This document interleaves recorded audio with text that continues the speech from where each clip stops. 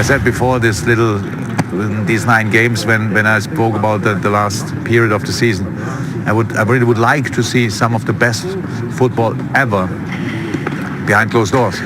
So I hope it's not a big competition and we don't have to do that too long. But tonight was for sure the best counter-pressing game behind closed doors ever so far, because it's just incredible what the boys did from the first until the last minute. I respect Crystal Palace a lot, but I actually, after winning the ball, I didn't want to be in the shirt tonight. It's a free kick. You couldn't have struck it much more sweetly, surely. No, obviously, I think it's what I practice in training. I've tried to score as many as possible this season. I think that was my first direct free kick of the season.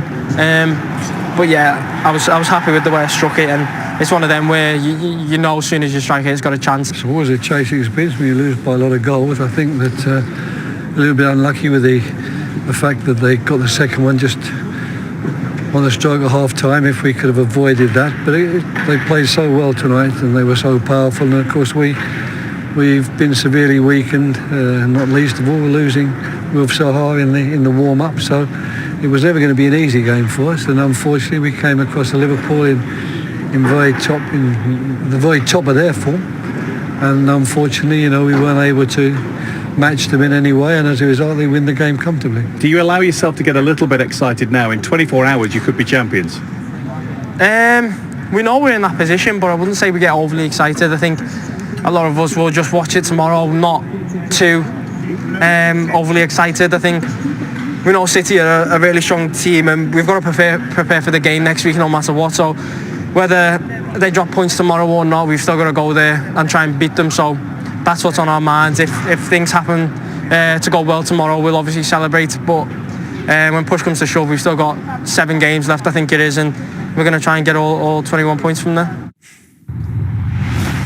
Indeed, and there's confirmation. Liverpool's 23rd consecutive league win at Anfield means that if Manchester City drop any points at Chelsea, or indeed anywhere else, then the title will of course go to Liverpool. And if it doesn't happen tomorrow at Chelsea, then Manchester City play Liverpool next week. So it's a magnificent display from the champions-elect, wasn't it? It really was. Well, I thought after the flat derby, they showed a sharpness tonight.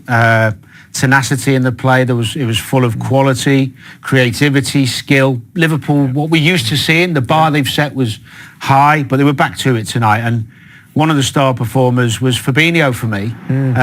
There's a lot of talent in this Liverpool side, and he's not always talked about from a creative point of view. We know he does this side of the game really well. He's grown into the role. His confidence has got better the more he's established himself. And this, to be honest, is the type of pass I didn't think he was capable of when I first watched him play in a Liverpool shirt. Tremendous pass that was, but he never stops. He's made this role his own, which has also helped Jordan Henderson play more further forward and have a bigger influence in that Liverpool side. But these are the bits that sometimes go unnoticed in this wonderful team, because we see so many other talented players. But look at this for a strike. We don't see too many from him. I think it's a rocket, and he got one against Man City, I think. But 41 wins in his first 50 games for Liverpool. I mean, that's some record. It's not a bad start. Shows how important he is in this team, Gary. Yeah. Well, they've only lost 2 league games in the last 2 seasons. Yeah. A terrific performance again, and once more, a constant threat. Well, a threat from outside to win, the way Mane and Salah play. I mean, it helps when you've got someone who can deliver balls like that. All right, he doesn't get to it this time because of the goalkeeper, but that run is so difficult to defend. This time it's Firmino. Just watch Salah. He's off on his bike. The timing of the run is perfection. The pass is equally as good. The touch and the finish are just sublime. This time into Firmino.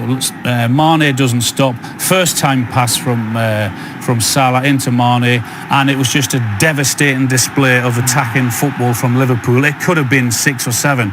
Their finishing was excellent, and their running in behind was so difficult to defend, as I said, and Crystal Palace just couldn't live with them tonight.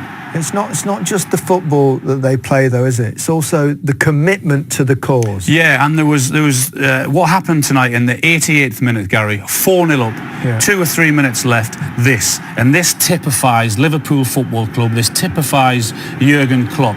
Look at them. Look at the way they're demanding from each other to get that ball back.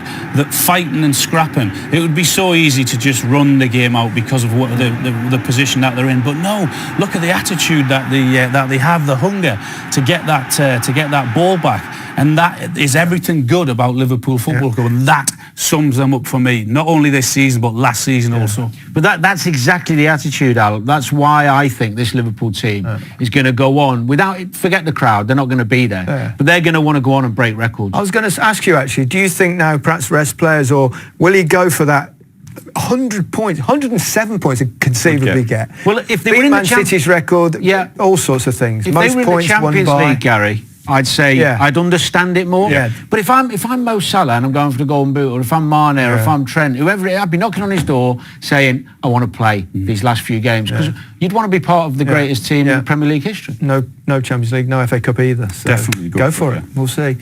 So Liverpool could be champions in less than 24 hours. Match of the day is back tomorrow for the Manchester City-Chelsea game, 10:30 on BBC Two. Well, it's been a while since Alan Woodward and Tony Curry got a mention on Match of the Day. They scored the goals the last time Sheffield United won at Manchester United back in 1973. The last goal was the best one, and we'll run through it here, just break it down a little bit.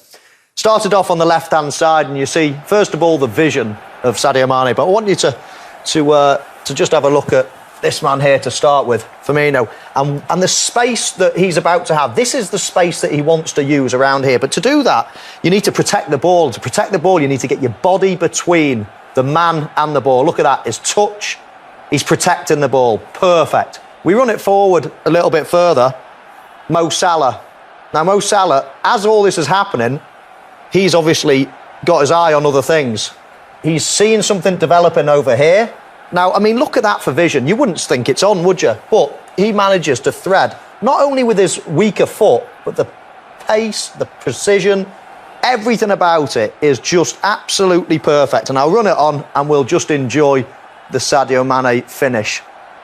I mean, it is the perfect area to score from. We'll just let it run again, but this time I just want to focus on Sadio Mane. So you see him here at the top of the screen, and if he just continues his run, he runs offside. The couple of things you've got to do. You've got to run at full speed. If you look at his marker here, he's equal to him. So if he doesn't run at full speed, he's going to catch him. So one, you've got to run direct to goal. Two, you've got to stay onside. If I just move it through a little bit, at this point now, I can bet my bottom dollar that he's looking and thinking, right, how am I going to stay onside here? I'm not getting this ball, but maybe if that ball goes across to Mo Salah, I'm in. And I just want you to watch the arc of the run. He'll bend his run so perfectly to stay onside. He'll bend it like that before he then eventually turns. So what he's doing there is he's staying onside, but he's keeping the revs up. He's keeping his speed and going direct to the goal. And I'll just let this run, because this is a brilliant example for any youngster here, how to time and how to... Look at that, the way he bends his run just to stay onside. And then, as I said in the half-time, me and Maka, if you're a right footer, well, you just can't place the ball any better. See the way he just falls away? When you fall away from the ball like that, you get natural right to left bend. So you basically aim for the far post, you fall away as you hit it, and you just got that bend into the bottom corner. It's just a brilliant goal. Mine and Maka's favourite. Yeah, so many different nuances to the goal, wasn't it? It wasn't just the simple Fabinho hit, Trent this, ball over the top. The fact that it stemmed from a defensive clearance, Mane to the three. And as I said at half-time, Mane's first touch was sublime. Left foot inside his run.